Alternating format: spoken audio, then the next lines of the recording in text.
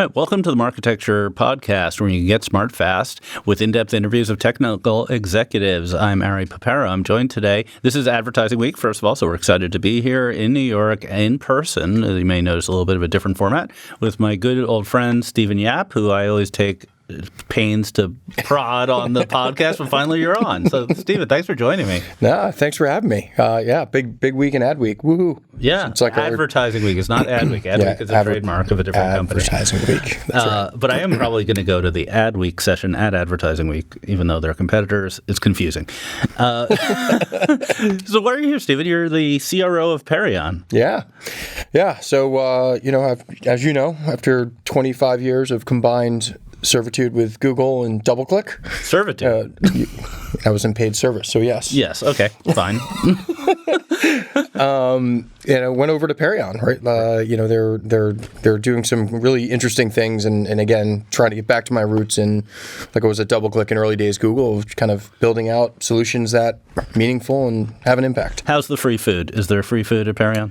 There is some free food there, yeah. It's not as extensive as the Google cafes, as you can imagine. Like there's no sit down dining hall as there is in Google or cafes, but we're small but mighty. You have to fend for yourself. It's how you stay sharp. Yeah, it's actually it's you're going back to the real world. It's kind of interesting. I know this is off topic, but like some people say they joined Google and they instantly like gain 10 pounds, like the freshman 15, right? And then some people do the opposite. They join Google and because there's like salad all the time, they lose 10, 15 pounds, right? How do you feel about the healthfulness of free food? Yeah, so I think it's just on a sliding scale. Yeah. I think when you first start, you're basically pillaging the micro kitchens for like peanut M&Ms. You're taking those back on your commute with you, and all the Diet Cokes, and then at some point, you kind of hit that point in the graph where it's just you get into self-realization, and you're like, I'm gonna have a cardiac arrest if I keep on eating like this, and so then you slowly start to kind of lose your weight and go down. Yeah, I always had this peanut M&Ms speak to me because I even had an incident with them while I worked at Google where I don't remember exactly the circumstance. I think this whole story's on my blog somewhere from back then. But yeah, someone tried to inter-office me peanut M&Ms because I think I was complaining the New York office didn't have any. And the mailroom was unable to deliver it. It was against the policies of the internal Google Mail system. Look at you, breaking Google policy from an early age. I'm sure that was a whole section in your book, too. I think, like I said, I think I wrote it up at the time on aripaparo.com, but it didn't make it into the final cut of the book. All right, I guess we should talk about Perion, right? Yeah, let's do it. Okay, so you've been there coming up on a year, maybe? Yeah, almost a year. So I started in February. All right, and there was a pretty big kind of product change. You released Perion One. Yeah. So take me through, what is Perion One? What is Perion and what is Perion One? Yeah, no, so for a long time, right, so Perion's been around for about 25 years. Right. And so it was mostly just a holding company of multiple technology pieces.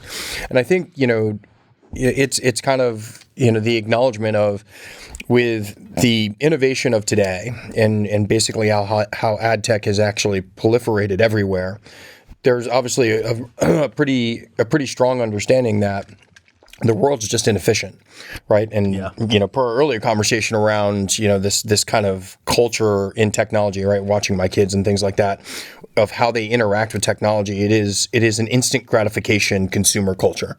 Like, I got it on my watch, I got it on my TV, got it on my phone, my tablet, what have you. And so I think where we're seeing kind of breakage points is around kind of how efficient and effectively can I get marketing out there, right, across all the different channels and know exactly who I'm talking to, how I'm optimizing, and how I'm actually spending my money. And so in looking at that, instead of having multiple products and multiple sales teams and multiple contracts and going to market like that, you have like 4 or 5 teams talking to the same person. We looked at it as a unification of kind of people, process, and technology, right? Where it's like, all right, so we can bring the people together, get the processes together, so it's a single contract. But the technology, what if you were able to actually log in and be able to start to media plan across all of these different channels, right? Instead of having to learn 16 different technologies. And so that was the impetus of Perion One. And so we launched that in February, and then obviously we've continued to kind of develop our technology assets, and then actually had the green bids. Right, green bids. I forgot about that. So, purchase. so let's break it up. So having it all in one place is great, but I don't know what all of it is. The 16 channels. Perion's known for what? Undertones, search, green bids. Walk me through some of the key things that are part of that. Yeah. So when you look at across the channels, I mean, obviously everyone was familiar with the old Undertone business in our industry, but it's also kind of the marriage of, we had a business called Code Fuel, a business called VidiZoo. We have the old Undertone business, which was very heavy in kind of this high impact format. So really cool creatives. Yeah. Probably the coolest I think I've honestly seen in my time in the industry. And then we also bought a digital out of home bidder, and so that's that company, which was Hivestack, is the best by far digital out of home technology. Right. And trying to figure out, okay, so you've got CTV, you've got standard display, you have your search assets, you've got digital out of home assets, and then we obviously bought Green Bids, the custom algo. It's custom algo and carbon, kind of like. So it's custom algo, carbon, and then it's across obviously YouTube and DV360. All right. But as well as things like Meta. So being able to actually bring those all together and be like, okay, so here's kind of your overall media plan. Here's how you want to buy it. Can you be more efficient and using kind of algorithmic AI? Yeah. And how do you optimize across all those channels? Because eventually you're going to get to a point in the industry, right, which I feel like we're rapidly heading there. And I think that is the really interesting thing, which is how do you then leverage AI to allow AI to determine how you're distributed across all of these different channels, and do so really agnostically, right? Because I think that's also it's a huge question out there with some of the larger tech providers. Yeah, I think when you have a big tech provider that has multiple products, they can put incentives to using them. They may not be in the customer's interest, though they may be. So with your sort of thesis about bringing everything together, how do the customers specifically benefit? Is it budget allocation, optimization, et cetera? And what have you seen in reality? Yeah, so it's actually all of the above, right? So it's kind of better optimization, better ways of working, right? So we're bringing back kind of that, hey, we want you to do more with less, right? So when you look at like our algorithmic business, your ability, one of our biggest customers was basically talking to us about, look, your ability to make $1 million budget feel like it's reaching $2 million is really telling for us, right? Especially when you start to get into these really weird, financial markets where, you're getting price compression, the marketing budgets are being kind of scrutinized, which it seems like they always are these days. Yeah, sure. But, when you have a solution, be like, look, your budget might have gotten cut by 70%. But I can still make your budget feel and perform like it's at 100. So being able to actually apply that, and you're taking those algorithms and apply it not only to what you're doing in CTV and display and search, but also being able to do that across like things like digital out of home. Yeah, sure. And your YouTube buys make a lot of sense because you're obviously using the same data sets to optimize them. And do you see that, is the customer coming to you and they already have a media plan that includes, say, a format like digital out of home, or is it opportunistic, saying, "Oh, well, I'm already doing, say, undertone, high impact ads. I might as well do digital." Yeah, it's both, right? Like honestly, I think there's an opportunistic way of doing it, which is kind of the land and expand type of model, right? Where it's, hey, I'm doing wonders for your budget on YouTube. Right. Oh, you also do digital out of home? Yeah, we see you do a lot of it, so we can actually do the same thing across these channels. And then there are the other ones where we know, obviously, we've got competitors out there in the market. But we can actually make them much more efficient. Like I know our European teams are doing this very, very well today, which are, look, we can offer you really incredible efficiencies across both your CTV buys and your digital out of home buys using our custom algorithm. Right. So how does a custom algorithm, well, I guess going into the depth, I wanted to. Yeah, you know better than to go into depths with me, Ari. Especially on the technology side. Shame on you. Right. But digital out of home and CTV is a nice combination. Definitely. Something that'd be interesting. So how does AI fit into it? You kind of have to talk about AI whether you want to or not. It's a requirement. Yeah, no, it seems it was kind of the running joke, which was the most used two letters in probably ad tech in the last 3 years. Other than FU, sure. We continue to run in the same circles. So I think first off, I think there's two kind of polarities of AI. I look at it in the marketplace. The one which is everyone talks about these big, bright, beautiful universes that are controlled by AI. It reminds me of the big data conversations of old. Oh, I remember those. Those were fun. It cost a lot of people their jobs. Give us all the logs, even though we don't have any employees who can use the logs. or infrastructure. It was like when cloud was just getting started, no one could do it, and everyone got fired. And that famous meme about the CMO's job is like 16-month tenure or something like that. Well, with AI, you don't need No, it's not true. Okay, tell me about AI. That's not true. Tell me about the CMOs. CMOs out there, that is not true. That is not what I believe. The CMOs typing into the prompt, I want a unified solution, and then boom, you pop up, and everything's good. Yeah, I mean, our Google AdWords account is legit. It is. No, so you have that on one side of the polarity. The other side of the polarity is just the simple application, right? And a lot of that has to do with how are you optimizing, how are you ingesting data into those systems, and then how you're working across those systems, right? So think of it as like actually the AI being the connective tissues. It's just kind of looking at each one. Right. And I think that's also been a problem, or at least it is becoming a problem within the industry, which is, we talk about all these silos and the silo story, but we're doing the same thing again, right? Like everyone's creating AI on top of their silos. That's true. I got AI here, I got AI here. I'm like, great, we haven't solved any of the problems. I think, the things that we're looking at, quite frankly, are, as I mentioned, like being able to leverage our AI across all of the optimization architecture that we currently have in every channel, right? And so what does that really look like? Well, when you kind of apply it, the easiest way to explain it would be as the campaigns are running and they're running concurrently, the system's looking and going, oh, well, we're ingesting weather data. Right. And it's going to be negative 40 degrees in a snowstorm in New York City. So this week I'm going to pull my digital out-of-home budgets and put them into CTV because no one's going to be walking the streets of New York. That's cool. Yeah. Everyone's going to be sitting on the couch. Right. And so in being able to actually execute on those things, I think through AI that's going to be the reality. Yeah. Because I do think ultimately we're going to get to a world where the CMO, who's still very important, yes, Ari, not eliminated by AI. Not eliminated by AI. But the CMO is they're going to be looked at as almost a portfolio manager by the CFO. That makes sense. Right, which is like, here's your budget. Yeah. Here's the return I'm expecting. Do I necessarily care where you spend it? No. What I want is the return. And so there are obviously, it's going to be a little bit more complex with that with obviously brand suitability and things like that baked in.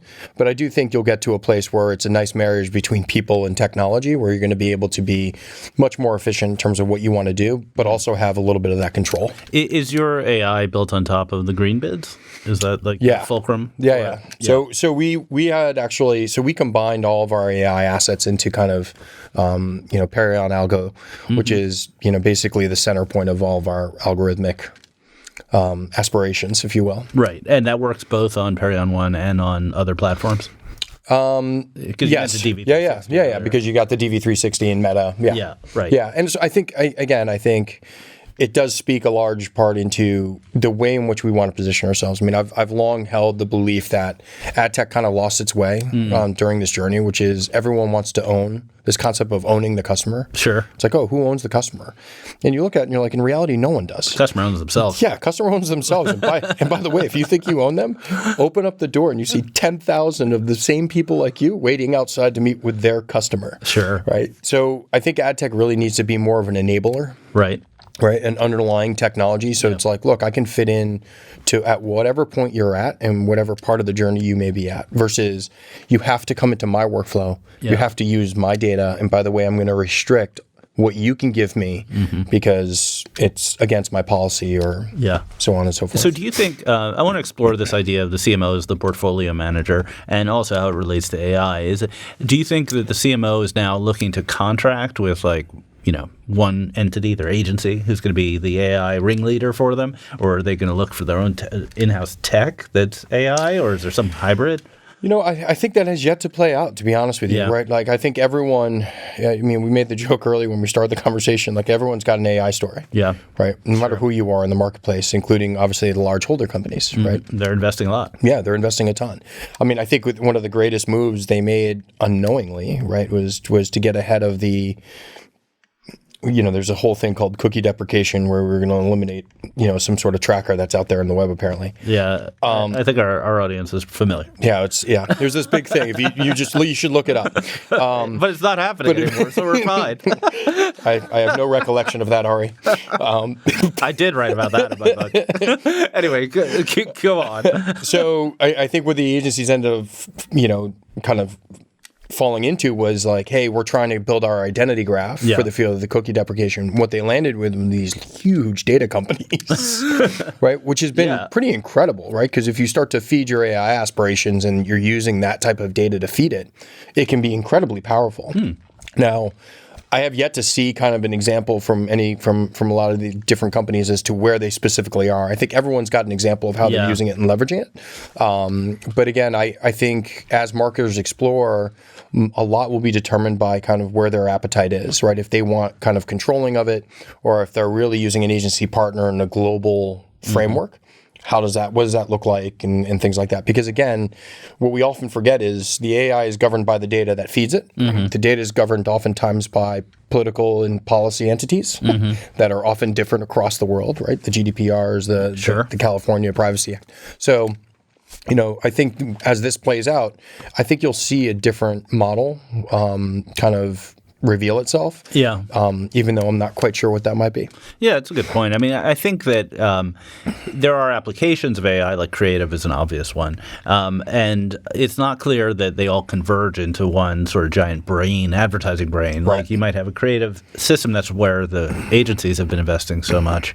And then on the media side, it might be a very different kind of approach. Yeah. Yeah. Yeah, and I think, at some point they're going to have to connect with each other some way.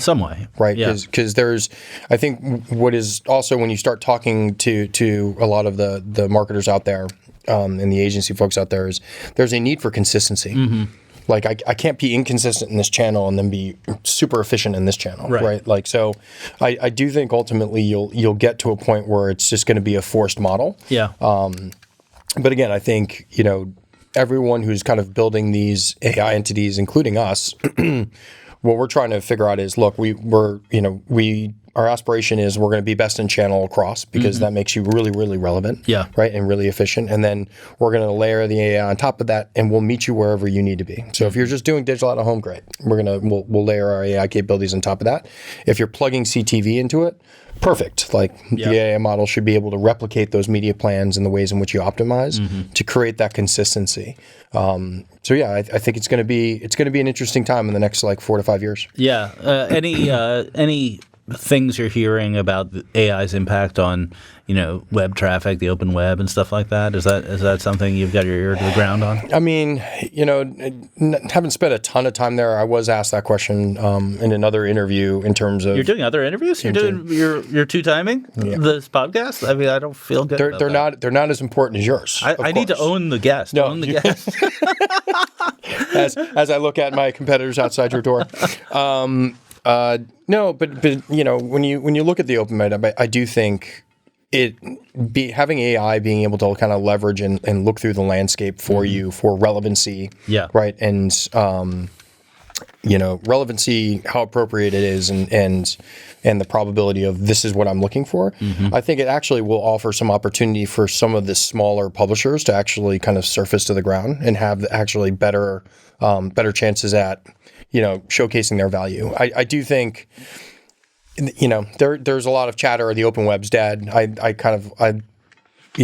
think there's a little bit of truth in kind of the decline of the open web, obviously, because everyone sees it in their numbers. Yeah.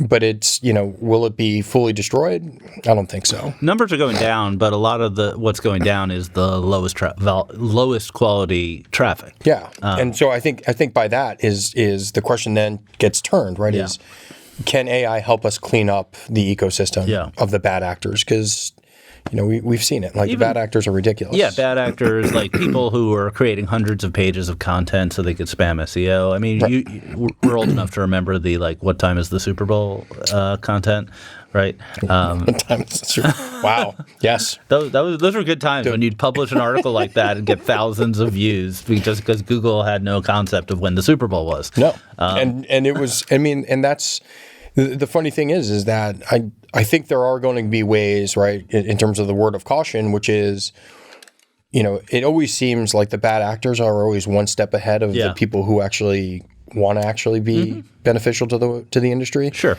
And so I do think we'll still find ourselves in a weird place. And I think we see it today. Like some of the spoofs are out there are incredibly impressive. Right. Like I'm afraid to actually answer any of the, like, either phone calls or inquiries I get. Like phishing stuff. Yeah, because it's like, I'm working with your doctor's office. I'm like, are you? I know. I gave everyone in my family gave a code word that supposedly, like, we all remember. Why is that so brand appropriate for you? If I ever call you and ask you to do anything really weird, like, send a ransom amount in cash, there's a code word, and I will use that code word if it's really me. Hi, Mom. Right after my podcast, I flew to the Himalayas and I ran out of money. It's like, Mom, something about chrysanthemum is, it's a smart. Anyway, it's a best practice. Let's just say that. So we usually end these interviews with a lightning round. I'm just going to do a very abbreviated one. Okay, let's see. This is going to be interesting. I'm holding my breath Just now. a couple quick questions. What is your number one competitive advantage? I think it's our technology, to be honest with you. Yeah. I think we have the best technology out there in terms of the channels that we play in. And what is your number one challenge in the market? I think our number one challenge, given kind of this shift to Perion One, is people getting familiar with the brand, right? Like you rebrand, you know how that works. People have been brand loyal. They think they know what you do, but you've evolved, and so trying to actually make sure you're getting the right message out there in terms of what challenges are you looking to solve for, sure, and how you can help me, and that you're actually good at what you do. And the last question: if Perion was an animal, what animal would it be? Ooh, the honey badger. Honey badger. Why is that? Perion's been through a lot in its history, and it just the thing never gives up, and it's absolutely ferocious. Honey badger don't care. Honey badger don't care. All right. So Steven Yap, the CRO of Perion, thank you for joining us. No, I have one quick question for you. Oh, you have a question for me? We're not done yet. No. When am I going to get? You promised me when we saw each other at the at the ramp up event, you were going to give me a signed copy that said "Help." Thank you for helping to ruin the web. I only vaguely recall that. Have you bought a copy? I have, yeah. Okay, well, you could have brought it. I would have signed it. I know. I actually thought about that on my way over. So, I don't know what to tell you. Are you going to be at Architecture Live? Yeah, actually, I think I'm actually going to. Bring your copy, and I'll be happy to sign. I'll be one of 1,000 people standing in line waiting for the signature. And this is a public service announcement. I am not above signing your copy in any circumstance, at any conference, at any dinner, in the men's room. Just give me a pen, and I'm ready to go. It's not the cleanest way to do it, but okay. Hey, thanks for having me, man. It's good seeing you. Absolutely. It's a great conversation. Thanks for being here. Yeah, cheers.